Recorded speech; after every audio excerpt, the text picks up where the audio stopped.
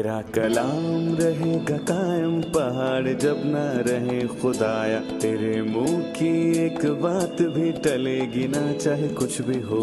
अजीज नाजरीन, मैं अयाज ज़रीफ आप तमाम देखने वालों को हमारे रोज़ के बाइबली मुतालियाती प्रोग्राम की नई किस्त में खुशामदीद कहता हूँ। हम होशे की किताब का मुताला कर रहे हैं। ये पुराने अहदनामे के छोटे अंबिया में से एक की किताब है। हम इसके 7वें बाब पर हैं और मैं आपको याद दिलाना चाहता हूँ कि 4 ता 7 अब्वाब में बनी इसराइल से मुलाकात की गई ताकि उनको उस अदालत के लिए तैयार करें जो हम आने वाले अब्वाब में देखते हैं। और नाजरीन, आज हम बनी इसराइल को मुलामत करने वाले अब्वाब के हिस्से को मुकम्मल करेंगे। प्रोग्राम का बाकायदा आगाज़ करने से पहले मैं स्टूडियो में आए खुदा के खादिम का खैर मकदम करूँगा। खुशामदीद भाई यूसुफ। शुक्रिया भाई। और हमारे दीगर मेहमानों को भी खुशामदीद। हम 7वें बाब का मुताला कर रहे हैं। मैं चंद आयात पढ़ने के बाद आपसे सवाल करूँगा। जब मैं इसराइल को शिफा बख्शने को था तो इफ्राइम की बदकारी और सरमाया की शरारत जाहिर हुई, क्योंकि वो दगा करते हैं। अंदर चोर घुस आए हैं और बाहर डाकुओं का गौल लुट रहा है। वो ये नहीं सोचते कि मुझे उनकी सारी शरारत मालूम है। अब उनके अमाल ने जो मुझ पर आया है उनको घेर लिया है। लिखा है, जब मैं इसराइल को शिफा बख्शने को था। मैं इसके मुतालिक जानना चाहता हूँ, जब मैं इसराइल को शिफा बख्शने को था। जैसे ही कोई डॉक्टर के पास जाए ताकि वो अपना इलाज करवाए, और जब डॉक्टर उसे चेक करे तो वो उसे एक बड़ी मर्ज की तशखीस कर दे। जब मैं इसराइल को शिफा बख्शने को था तो इफ्राइम की बदकारी और सामरिया की शरारत जाहिर हुई। खुदावंद उनको शिफा बख्शने को था, पर लोगों में गुनाह इस कदर बढ़ गया था। जैसे रोमियो 2 बाब में लिखा है, या तो उसकी मेहरबानी और तहम्मुल और सब्र की दौलत को नाचीज जानता है। उन्होंने सोचा कि खुदा को फिक्र नहीं कि वो गुनाह करते हैं, और उनका ख्याल था कि खुदा की मेहरबानी से उनकी तौबा कबूल होगी। भाई यूसुफ, उसने लोगों की उस सोच का जिक्र किया क्योंकि वो दगा करते हैं। अंदर चोर घुस आए हैं और बाहर डाकुओं का गौल लुट रहा है। दगा करते हैं से क्या मुराद है? ये वाज़ेह है कि उनके ज़ाहिर और बातन में फ़र्क था और उनके अंदर चोर घुस आए हैं। ये आम है। और क्या ईमानदारों के अंदर चोर घुस सकते हैं? क्या ईमानदार दुआ करते हैं? अगर हम पिछले बाब को देखते हैं तो 6 बाब की 9वीं आयत में लिखा है, जिस तरह से राहजनों के गौल किसी आदमी की घात में बैठते हैं, उसी तरह काहिनों के गिरोह सिकम की राह में कत्ल करते हैं। हाँ, उन्होंने बदकारी की है और यहाँ लौटने वाले काहिन हैं। पर यहाँ पर मैं ये भी कहूँगा कि यही नहीं, बल्कि उन्होंने इससे भी बढ़कर किया। वो सिकम की राह पर कत्ल करते हैं। और 6 बाब में सिकम और जल्लाद ये 2 पनाह के शहर थे। जिससे भी गलती से कत्ल होता वो इन शहरों में पनाह के लिए जाता था। वो भागकर वहां जाता था, और शहरों के बुजुर्गों को जब इस बात का यकीन हो जाता कि इससे गलती से कत्ल हुआ है तो वो उसको कुछ भी ना कहते, और यूं वो शहर पनाह में जिंदा रहता।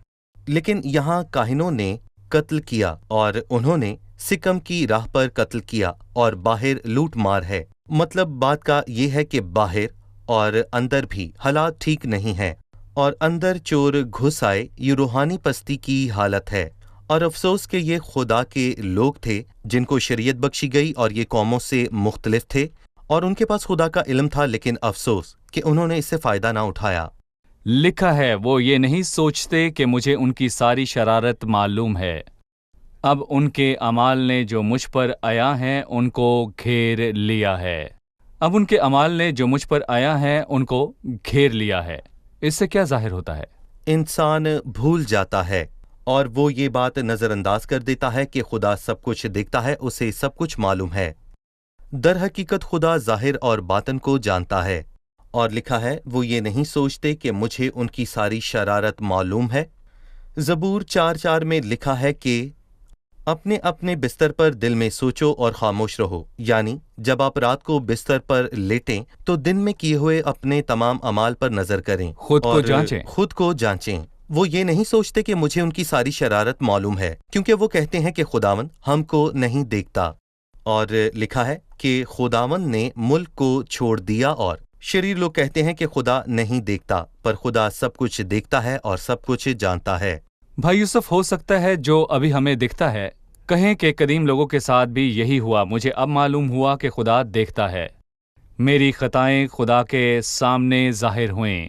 خدا کو وہ سب یاد ہے، مجھے ان کا پتہ ہے۔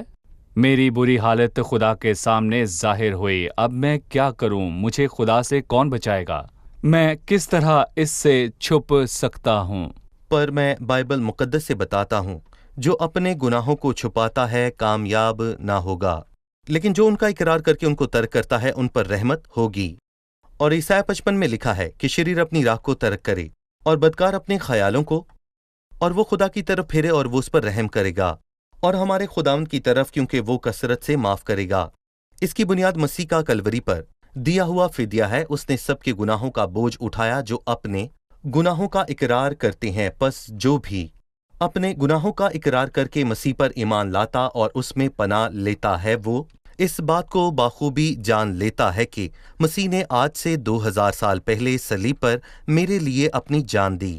لکھا ہے کہ وہ خداوند کی طرف پھرے اور وہ اس پر رحم کرے گا، اور ہمارے خداوند کی طرف، کیونکہ وہ کثرت سے معاف کرتا ہے۔ ٹھیک ہے، شکریہ۔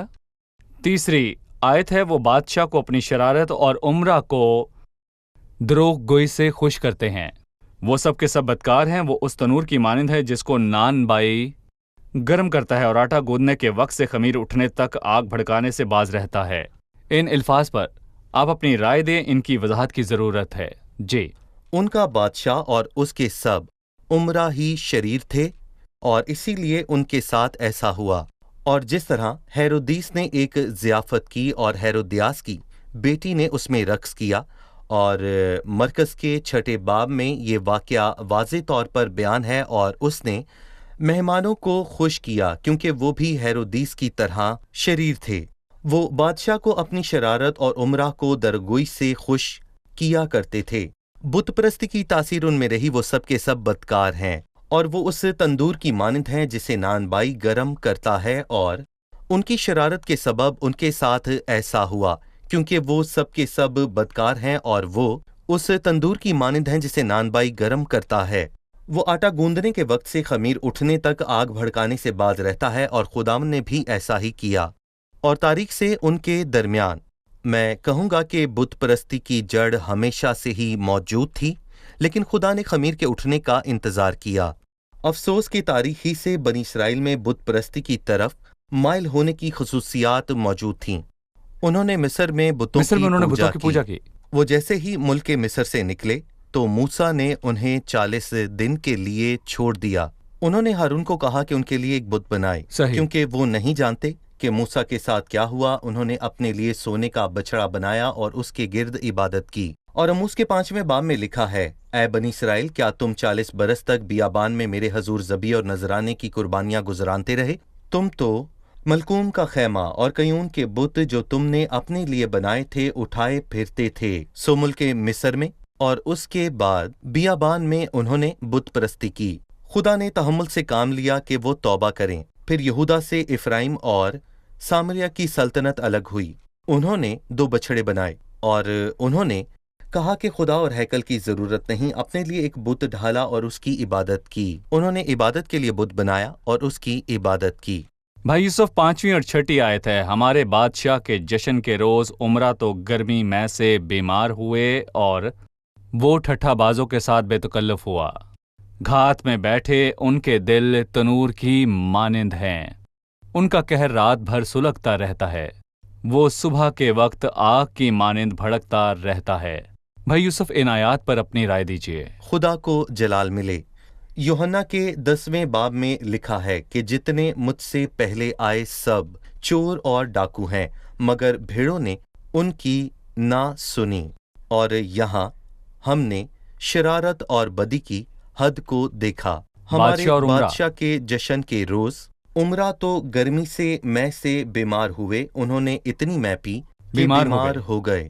گرمی سے بھی بیمار ہوئے، ان کے ذہن پر بھی مہ کا اثر ہوا اور وہ بیمار ہو گئے۔ دانیل کے 5ویں باب میں لکھا ہے کہ بیلشزر بادشاہ نے کیا کیا؟ اس نے خدا کے گھر کے مقدس برتنوں میں مے پی اور मैं का असर उसके जहन पर हुआ। वो बुत परस्त था, वो खुदा को नहीं जानता था, पर खुदा के लोगों का बादशाह। ऐसा होना ठीक नहीं। हमारे बादशाह के जश्न के रोज उमरा तो गर्मी में से बीमार हुए और वो ठट्ठाबाजों के साथ बेतकलीफ हुआ। अफसोस की बात है। और हम हिजकिय्याह के 34वें बाब में बुरे सही। चरवाहों का पढ़ते हैं। वो खुद तो खाते हैं पर अपनी भेड़ों को चराते नहीं हैं। क्या इन लोगों की जिम्मेदारी है कि ये खुदा के लोगों का ख्याल रखें? क्या इनको खुदा के सामने हिसाब देना है? वो इस बारे में नहीं सोचते। वो ठट्ठाबाजों के साथ बेतकल्लुफ हुआ। वो घात में बैठे, उनके दिल तंदूर की मानिंद है और उनका कहर दिन रात सुलगता रहता है। वो सुबह के वक्त आग की मानिंद भड़कते हैं। अफसोस यहाँ लिखा है कि उमरा मैनोशी के बाद बादशाह के साथ सारी रात जागे। उन्होंने उसको सुबह कत्ल करने का इरादा किया और इसकी तफसीलात हमें दूसरे सलातीन के 5वें बाब में वाज़े तौर पर मिलती हैं। हर किसी ने बादशाह के खिलाफ मंसूबा बनाया कि उसको कत्ल करके बादशाह के तख्त पर बैठ जाएं। सही। उसने बड़ी ज़ियाफत की कि वो सब उसके साथ सुबह तक मैनोशी करें। उन्होंने बादशाह को मारने का इरादा किया। ये कैसे लोग थे?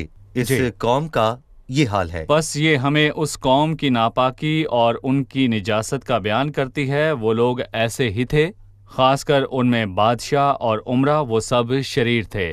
बादशाह से लेकर उमरा और उसके बाद आम लोग। ईसाया नबी ने फरमाया कि तमाम सर बीमार है और दिल बिल्कुल सुस्त है। सो बादशाह यानी सर और उमरा सही। यानी सब के सब बीमार और सुस्त हैं। 8वीं आयत में लिखा है, इफ्राइम दूसरे लोगों से मिलजुल गया। इफ्राइम एक चपाती है, उल्टाई ना गई। इस आयत को बयान कीजिए।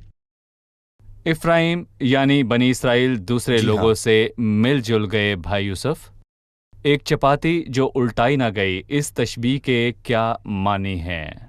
मुझे यहाँ पर बलाम के अल्फाज याद आए। उसने उन लोगों के लिए कहा, ये वो बसेगी। कौम है जो अकेली बसी बसेगी। रहेगी और दूसरी कौमों के साथ मिलकर इसका शुमार ना होगा। वो अकेली बसी रहेगी और दूसरी कौमों से नहीं मिले जुलेगी, ताकि उनकी बुराई से असर अंदाज ना हो जाए। और एक खराब सेब सारी टोकरी को खराब कर देता है, सारे फल को खराब करता है। और मैं कहूँगा कि 99 अच्छे सेब एक सेब को खराब नहीं कर सकते। और इसीलिए इफ्राइम का औरों के साथ मिलजुल जाना बहुत संगीन मसला है। और दोनों पुराना और मैं कहूँगा कि नया अहद नामा भी हमें तमाम तरह की बुराई से हमेशा दूर रहने की नसीहत करता है। और फिर करंथियों के 15वें बाब में लिखा है कि फरेब ना खाओ, बुरी सोहबतें अच्छी आदतों को बिगाड़ देती हैं। उनकी तालीम, इखलाक और उनके रवैये में शरीरों के इखलाक शामिल हुए। मतलब बुरी सोहबतें अच्छों को बिगाड़ देती हैं और इससे उन पर मनफी असर हुआ। और लिखा है कि इफ्राइम एक चपाती है जो उल्टी ना गई, वो उसी जगह पड़ी रही। और मैं कहूँगा कि जो चपाती पत्थर पर पकाई जाती है वो बहुत मज़ेदार होती है। गरम पत्थर पर वो पकने से बहुत मज़ेदार बनती है। लेकिन मैं यहाँ पर बहुत ही अफसोस के साथ ये कहूँगा, दरअसल इफ्राइम वो चपाती है जिसे पलटा ना गया। ये वो चपाती है जिसे पलटना भूल गए। वो एक तरफ और से ये जल गई। चपाती एक तरफ से जल गई जबकि दूसरी तरफ कच्ची रही। ये उसकी हालत की अक्कासी है। मैं मिसाल दूंगा कि अगर कोई शख्स तालीम थामे रहे और अमाल उसके औरों की तरह हो तो ये हम उसको क्या दोगलापन है कहेंगे? भाई यूसुफ। दोगलापन। हमेशा से यही हुआ है और आज जी तक हाँ, ऐसा मैं ही कहूँगा है। कि आज ये भी ऐसा दोगलापन ही है। है। एक तरफ वो सख्त है जबकि दूसरी तरफ वो मुकम्मल ढीला है और ये चीजें मुकम्मल तौर पर खराब हुई। सही। ये दीनदारी नहीं, उनमें इतना फर्क नहीं होना चाहिए कि इखलाकी तौर पर बर्बाद हों। दरअसल ये चपाती पलटी नहीं गई और ये उनके दोगलेपन की तस्वीर है। और वो एक तरफ से बिल्कुल जल गए हैं और दूसरी तरफ से कच्चे हैं। और कोई ऐसी चपाती को कैसे खा सकता है? खुदा इससे खुश नहीं होता। ये संगीन मसला है क्योंकि वो दूसरे लोगों से मिलजुल गए थे। फिर लिखा है, इफ्राइम दूसरे लोगों से मिलजुल गया। इफ्राइम एक चपाती है जो उल्टाई ना गई। अजनबी उसकी तवानाई को निकल गए और उसको खबर नहीं और बाल सफ़ेद होने लगे, पर वो बेखबर है। उसकी कुव्वत जाती रही, उसके बाल सफ़ेद हुए और उसको कुछ खबर नहीं। इस आयत से क्या मुराद है? बाइबल में लिखा है कि उनका माल और उनकी कुव्वत जाती रही और अजनबी उसकी तवानाई को निगल गए और उनकी तवानाई खत्म हुई। उनके बाल सफ़ेद हुए और उनको मालूम नहीं। दर हकीकत ये दो अफसोसनाक चीज़ें हैं। अफसोस के ईमानदारों की कुव्वत और तवानाई खत्म हुई, और अफसोस के उनको ये मालूम नहीं। और हमें कज़ात और मुकाशवा की एक बात याद आई। कज़ात की किताब में एक सूरमा का जिक्र है और उस सूरमा का नाम समसून है, और मैं कहूँगा कि उसकी कहानी को कोई भी आंसू बहाए बगैर सुन नहीं सकता, क्योंकि उसकी कहानी बहुत गमनाक है और उससे बहुत सी उम्मीदें थीं, लेकिन अफसोस कि वो दूसरे लोगों से मिलजुल गया और उसने खुद को नहीं जांचा। इसके नतीजे में अजनबी उसकी तवानाई को खा गए, उसके बाल सफ़ेद हुए, पर उसको कोई खबर नहीं थी। और बाइबल हमें बताती है कि दलाइला ने उसके बाल काटे और खुदा उससे जुदा हुआ और उसकी कुव्वत ख़त्म हुई, और ये बहुत ही अहम बात है। लेकिन समसून को ये खबर ना थी कि खुदावंद उससे अलग हो गया है। फिलिस्ती उसको ले गए और उसकी आंखें निकाल दीं। समसून ने अपनी आंखों से दलाइला को ना परखा, सो उसकी आंखें निकाल दी गईं।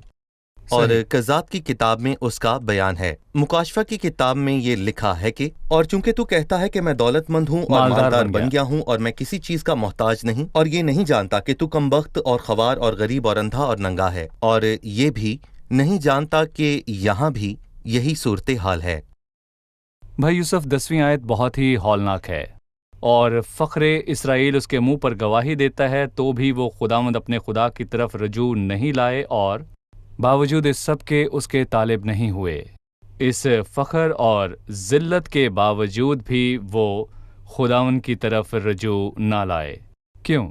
यसाया के पहले बाब में लिखा है कि तुम क्यों ज्यादा बगावत करके और मार खाओगे। खुदावंद ने अपना हाथ बढ़ाया और उनको मारा ताकि वो वापस लौट आएं, पर वो तभी ना लौटे, और इसीलिए लिखा है कि और फ़ख्रे इसराइल उसके मुंह पर गवाही देता है, तो भी वो खुदावंद अपने खुदा की तरफ रजू नहीं लाए, और बावजूद इस सब के उसके तालिब नहीं हुए। दरअसल उनको मालूम नहीं था कि खुदावंद के पास किस तरह लौट आएं। वो नहीं जानते थे कैसे लौट आएं।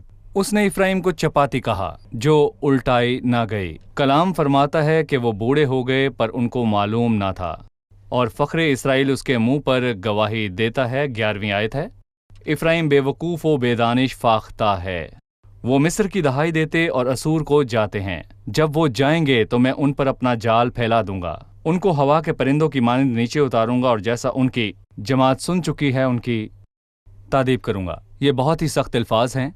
इफ्राइम यानी इसराइल के लिए इन अल्फाज पर आपकी क्या राय है?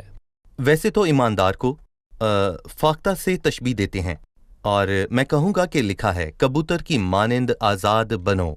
और गज़लुल गज़लात में दुल्हा अपनी दुल्हन की तारीफ में कहता है कि तेरी आंखें दो कबूतर हैं, और ये उसकी मासूमियत को बयान करता है। लेकिन यहाँ पर मैं कहूँगा कि इफ्राइम को फाख्ता कहा गया है, वो बेवकूफ़ और बेदानिश है, जबकि बाकी परिंदों की निस्बत फाख्ता मोहब्बत के लिए जानी जाती है। इसलिए मोहब्बत की किताब गज़लुल गज़लात में सुलेमान ने कबूतर की तशबीह इस्तेमाल की। अगर वो फाख्ता है, बेवकूफ़ और बेदानिश हो, तो अपने साथी और अपने घोंसले को छोड़ देती है, वो कहीं उड़ जाती है, और अफसोस के इफ्राइम भी खुदा से बहुत दूर है। इफ्राइम बेवकूफ़ और बेदानिश फाख्ता है, वो मिस्र की दुहाई देते और असूर को जाते हैं, मशरिक से मगरिब की जानिब, लेकिन मैं कहूँगा तो भी उन्होंने खुदावंद को ना जाना। और लिखा है कि जैसा उनकी जमात सुन चुकी है कि उनकी तादीब करूँगा, जैसा उन्होंने अपनी इबादत गाह में सीखा। क्योंकि मैं ये कहना चाहता हूँ कि वो वहाँ पर तौरेत को सुनते थे, और खुदा सच में इसके मुताबिक ही उनकी तरबियत करेगा। जो वो जानते हैं, खुदा के अहकाम उनके लिए नए नहीं थे, ये उसकी हुक्म अदूली का नतीजा है। अब वक्त है कि मेहमानों से एक और सवाल लें। 16वीं आयत है, वो रजू होते हैं पर हक ताला की तरफ नहीं, वो दगा देने वाली कमान की मानिंद हैं, उनके उम्रा अपनी ज़ुबान की गुस्ताखी के सबब से तहते होंगे, इससे मुल्क मिस्र में उनकी हंसी होगी। हक ताला के मानी बताएं। जी भाई यूसुफ, 16वीं आयत की वजाहत कीजिए। वो रजू होते हैं पर हक ताला की तरफ नहीं, और नबी ने ان کے رجوع لانے کے بارے میں بہت باتیں کیں، اور 5ویں باب کے آخر میں لکھا ہے کہ وہ اپنی مصیبت میں بڑی سرگرمی سے میرے طالب ہوں گے، اور اس کے بعد 6 باب میں لکھا ہے آؤ ہم خداوند کی طرف خداوند کی رجوع کریں، بلکہ خداوند کی طرف رجوع کرنا حق ہے، پر انہیں چاہیے کہ وہ حق تعالیٰ کے پاس لوٹ آئیں، لیکن وہ حق تعالیٰ کے پاس لوٹ کر نہیں آئے۔ رجوع لانا یعنی اپنا رشتہ تبدیل کرنا، یہ بہت اچھا ہے، لیکن اس میں خداوند کی طرف رجوع کرنا اہم ہے، تاکہ آپ جہاں کہیں ہیں حق تعالیٰ کے پاس خداوند کے لوٹ پاس۔ آئیں۔ خداوند کے پاس لوٹ آئیں تو آپ کے گناہ مٹ جائیں گے، اور بے شک انہوں نے اپنے اندر تبدیلی کی اور ہم اس کو نیا کرنا کہہ سکتے ہیں، لیکن وہ ویسے ہی رہے، وہ حق تعالیٰ کے پاس لوٹ کر نہیں آئے، اور میں کہوں گا کہ وہ ہاری حالت میں قائم رہے ویسے کے ویسے۔ اور یہودا اسکریوتی کے لیے کہتے ہیں کہ شیطان اس کے اندر سما گیا۔ ایسا اس لیے ہوا کہ مسیح اس کی زندگی میں داخل نہ ہو سکا، اور اگر یہودا کے دل میں مسیح ہوتا تو شیطان اس میں نہ سماتا۔ صحیح۔ شیطان اس کے دل میں کبھی نہیں آ سکتا تھا، نہ سما سکتا۔ اس کے لیے کوئی جگہ نہ ہوتی، لیکن اگر کوئی کسی کو جی۔ گھر سے نکالے تو وہ گھر خالی ہو جاتا ہے، اور پھر شیطان اس میں بستا ہے، اور وہ خدا تعالیٰ کے پاس واپس نہیں آتا اور بارہا گرتا ہے۔ خداوند کے پاس لوٹنا ضروری ہے، اور اسی لیے خداوند کہتا ہے کہ لوٹا، اور نبی نے کہا، اور بائبل میں لکھا ہے کہ آؤ ہم خداوند کی طرف رجوع کریں۔ جی۔ اور خدا کا شکر ہے کہ اس کتاب میں لکھا ہے کہ اے اسرائیل، خداوند اپنے خدا کی طرف رجوع لا، کیونکہ تو اپنی بدکاری کے سبب سے گرایا گیا ہے۔ شکریہ بھائی یوسف، خداوند آپ کو برکت دے۔ یہ لوٹ آنے کا بلاوا ہے۔ میری دعا ہے کہ تمام ناظرین اس کو سنیں اور لوٹ آئیں، اس سے پہلے کہ فضل کا یہ دروازہ بند ہو جائے۔ یہ جلد بند ہونے کو ہے۔ شکریہ۔ اب ہم مہمانوں سے ان کی رائے جانیں گے۔ 8ویں آیت میں اسرائیل کی سلطنت یعنی افرایم کا تذکرہ ہوا۔ افرایم دوسرے لوگوں سے مل جل گیا۔ افرایم ایک چپاتی ہے جو الٹائی نہ گئی۔ یہ تشبیہ اس قوم کے بارے میں کیا بتاتی ہے؟ خداوند نے تنبیہ کی کہ دوسری قوموں سے مل جل نہ جانے، کیونکہ اس سے وہ شرارت میں گر پڑتے، تو بھی وہ افرایم ان سے ملا۔ دوسرا وہ چپاتی ہے جو الٹائی نہ گئی، پتھروں پر تیار ہونے والی لذیذ چپاتی، لیکن الٹائی نہ گئی تو ایک طرف سے جل گئی اور ایک طرف سے کچی رہی۔ یہ ان کے دوگلے پن کو ظاہر کرتی ہے کہ وہ کسی چیز میں تو بہت اصول پسند ہیں، لیکن باقی چیزوں میں بالکل لاپرواہ۔ صحیح۔ جی بھائی صحیح۔ یوسف، ٹھیک ہے۔ پھر 9ویں آیت میں افرایم یعنی بنی اسرائیل کا ذکر ہوا۔ لکھا ہے پر بال سفید ہونے لگے، پر وہ بے خبر ہے۔ اس کے کیا معنی ہیں؟ ہم نے سیکھا کہ ان کے بال سفید ہوئے، یعنی وہ بوڑھے ہوئے، ان کی قوت کم ہوئی اور وہ کمزور ہوئے۔ جی، اور وہ نہیں جانتے تھے۔ جی صحیح۔ بھائی یوسف، جی سلطنت پرانی اور بالکل۔ کمزور ہوئی۔ صحیح۔ پھر 11ویں آیت میں افرایم کی بات ہوئی۔ یہ اسرائیل کی شمالی سلطنت ہے۔ وہ بے وقوف فاختہ کی طرح اسور کی طرف گیا۔ بے وقوف اور بے دانش فاختہ سے کیا مراد ہے؟ جس فاختہ میں عقل و دانش نہ ہو۔ فاختہ سادگی اور محبت کے لیے جانی جاتی ہے، پر وہ خدا سے اور خدا کی محبت سے پھر گئے۔ ٹھیک ہے۔ جی بھائی یوسف، صحیح۔ صحیح۔ آپ سب جی، کا شکریہ بھائی خدا یوسف، کو آپ کا بھی برکت دے۔ شکریہ۔ عزیز ناظرین، نتیجہ یہ نکلا کہ بنی اسرائیل کمزور ہوئے، یہاں تک کہ ان کے بال سفید ہوئے، پر وہ بوڑھے ہو کر بھی بے خبر رہے۔ وہ کمزور ہوئے، ان کی بدی کے سبب سے اسیر ہوئے۔ ایک چپاتی جو الٹائی نہ گئی، جس کا کوئی ذائقہ نہیں، اس لیے یہ لوگ دکھ اٹھاتے اور دکھ اٹھائیں گے۔ لیکن میرے اور آپ کے لیے سبق ہے، اور یہ ہم سب کے لیے ایک تنبیہ ہے، کیونکہ ہم خدا کے پاس صرف پاکیزگی کے سبب ہی جا سکتے ہیں۔ لہٰذا لوگوں کی تاریخ کو پڑھیں، ہم اس سب سے یہی تنبیہ پاتے ہیں۔ لکھا ہے اس پاکیزگی کے طالب رہو جس کے بغیر کوئی خداوند کو نہ دیکھے گا۔ عزیزو، جب ان لوگوں نے واپس لوٹنے کا سوچا تو بائبل مقدس فرماتی ہے وہ حق تعالیٰ کے پاس نہیں آئے، وہ رجوع لائے، پر خداوند کی طرف نہیں۔ عزیز ناظرین، خبردار رہیں، یسوع کے سوا کسی اور کی طرف رجوع نہ کریں۔ یسوع مسیح کے علاوہ کسی اور کی پیروی نہ کریں۔ شاید آپ اپنے گناہوں سے دور ہو کر کسی اور جماعت میں شامل ہونا چاہتے ہیں، تو آپ یسوع مسیح کے متلاشی نہیں ہیں۔ اگر آپ ایسی جگہ ہیں جہاں مسیحیت نہیں، کلیسیا نہیں، تو اس ملک میں بھی آپ یسوع مسیح کے بن کر رہیں، وہی آپ کو آسمان پر لے جا سکتا ہے۔ آپ کو کسی جگہ جانے کی ضرورت نہیں، آپ یسوع مسیح کے ہو جاتے ہیں۔ خدا کے پاس لوٹ آئیں۔ مسیح کو اپنا شخصی نجات دہندہ قبول کریں، آپ خدا کے خاندان میں یقیناً شامل ہوں گے۔ اگلی قسط میں آپ سے پھر ملاقات ہوگی۔ خداوند آپ کو برکت دے۔